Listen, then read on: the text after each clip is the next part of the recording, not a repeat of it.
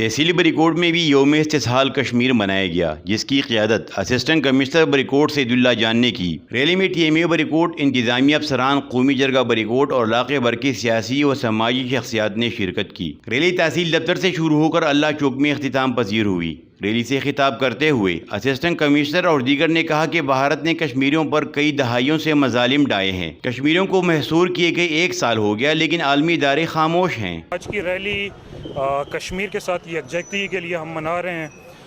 کشمیر کا چونکہ آپ کو پتہ ہے کہ اس کا جو انڈیپینڈنٹ سٹیٹس تھا وہ ہندوستان نے جو ہے وہ ختم کر دیا تھا، آرٹیکل 370 کو ختم کر کے۔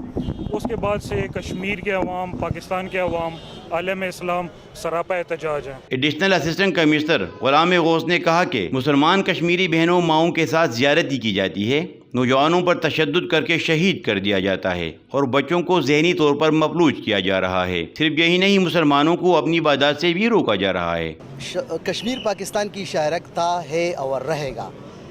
ہندوستانی حکومت نے اور ہندوستانی افواج نے جس ظالمانہ اور وحشیانہ حرکت کی ہے، 365 ڈیز آج مکمل ہو گئے ہیں کشمیر کے محاصرے کی۔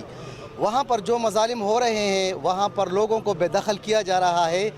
کشمیر کی معیشت ٹوٹل زراعت، سیاحت اور جنگلات پر منحصر ہے۔ لوگوں سے زمینیں لی جا رہی ہے، ان کے زمینوں پر قبضے کیے جا رہے ہیں، وہاں پر عورتوں کے ریپ کیے جا رہے ہیں، معصوم بچوں کو گھروں سے اٹھا کر شہید کیا جا رہا ہے۔ ہم تہ دل سے تمام پاکستان، تہ دل سے انڈیا کی اس مذموم حرکت کو اور اس مذموم حرکت کی ہم مذمت کرتے ہیں۔ پوری پاکستانی قوم کشمیریوں کے ساتھ کھڑی ہے، کیونکہ کشمیر پاکستان کا تھا، ہے اور رہے گا۔ ریلی میں شرکاء نے 1 منٹ کی خاموشی اختیار کی اور بازوں پر کالی پٹیاں باندھ دی تھی۔ آخر میں کشمیریوں کی آزادی کے لیے دعائیں کی گئی۔